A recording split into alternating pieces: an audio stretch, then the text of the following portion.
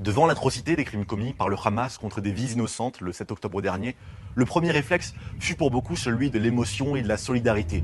Et nous, les Juifs du monde, les en avons remerciés. Cette vague spontanée de soutien nous a même surpris et émus, tant il est rare que la défense d'Israël soit portée par d'autres voix que celle de ses propres enfants. Au lendemain de la journée la plus meurtrière de l'histoire de l'État hébreu, tout le monde, ou presque, était israélien.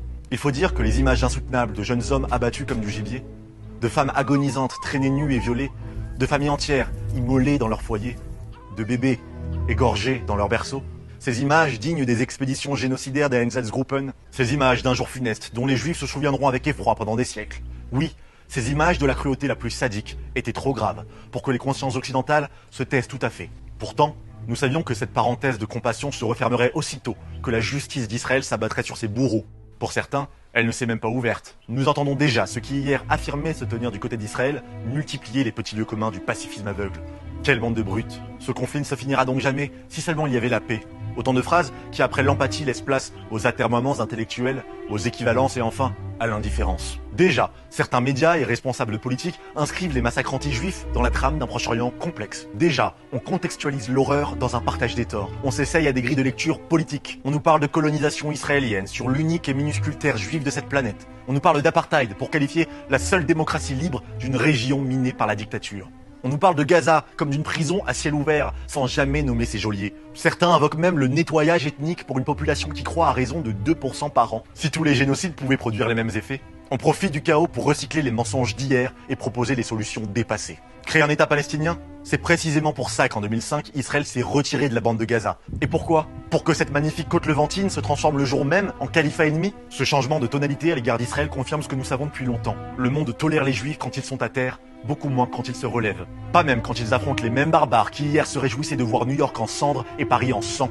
Cette guerre est un test militaire pour Israël, mais un test de civilisation pour l'Occident. Si votre solidarité vacille au gré des images tragiques des deux camps, sans tenir compte de la distinction fondamentale de leur projet, sans faire de différence entre le culte de la mort et l'engagement pour la vie, c'est que votre soutien relève de l'émotion, pas de la conviction et pardon, mais nous nous en passerons. Après tout, voilà 80 ans qu'en France on ne connaît plus vraiment le sens de la guerre.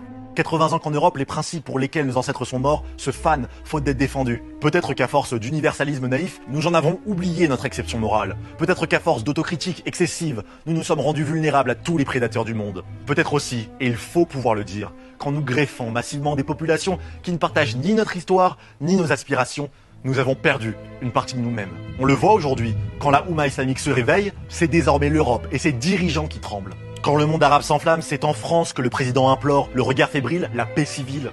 Les Juifs sont fatigués de devoir justifier la civilisation. Nous sommes fatigués de devoir rappeler à la France pourquoi elle célèbre le 8 mai 45. Pourquoi la réponse à la barbarie ne peut pas se réduire qu'à des marches blanches. Ceux qui appellent à la paix quand l'impératif moral est à la guerre sont les cautions intellectuelles des ténèbres. La paix n'est pas une vertu lorsqu'elle n'est pas l'aboutissement d'une lutte pour la dignité et la liberté. C'est Churchill et De Gaulle que l'histoire érige en héros, pas Chamberlain et Pétain qui au nom d'une paix illusoire se sont soumis au diable. Aujourd'hui, nous n'acceptons plus vos vœux pieux, votre léthargie morale, votre prétendue sagesse de diplomate prétentieux au logiciel périmé, votre romantisme naïf qui depuis les plateaux télé fait l'éloge des guerrières de la paix. Aujourd'hui, nous avons juste besoin de guerrières. Alors oui, la crise humanitaire fait rage à Gaza, mais la guerre est une crise humanitaire. Oui, d'autres civils mourront. C'est un malheur qu'attire sur eux le Hamas, mais aussi ses complices, qui de l'ONU au Parlement européen appellent les civils à ne pas suivre l'évacuation demandée par Israël. Israël n'a pas voulu de cette guerre, elle lui a été imposée.